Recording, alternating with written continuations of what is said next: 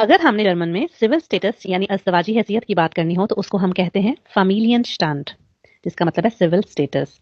तो कुछ लफ्ज़ हमें आने चाहिए जो कि हमें फॉर्म्स में भी दिखते हैं, हमने मार्क करने होते हैं कि हमारा अपना सिविल स्टेटस क्या है। तो पहला वर्ड है लेडिश, कुंवारा और कुंवारी को कहते हैं।